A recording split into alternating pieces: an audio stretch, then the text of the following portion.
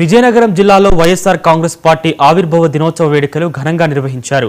మాజీ ఎమ్మెల్యే వీరభద్రస్వామి ఆధ్వర్యంలో ఈ వేడుకలు నిర్వహించారు. ఈ సందర్భంగా నగరంలోని పెద్ద చెరువు దగ్గర వైఎస్ రాజశేఖర రెడ్డి విగ్రహానికి పూలమాలలు వేసి నివాళులు అర్పించారు. తర్వాత పార్టీ శ్రేణులతో కలిసి పలు సేవా కార్యక్రమాలు చేపట్టారు. రానున్న స్థానిక సంస్థల ఎన్నికల్లో విజయం సాధించేందుకు కార్యకర్తలు కృషి చేయాలని ఆయన పిలుపునిచ్చారు.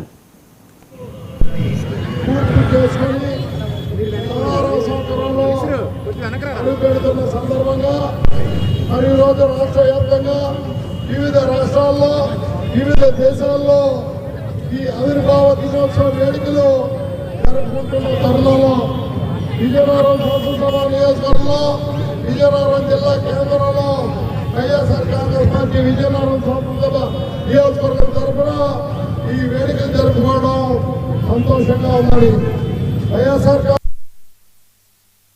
పార్టీ ధ్యేయం ఈ రాష్ట్ర ప్రజల సంక్షేమం.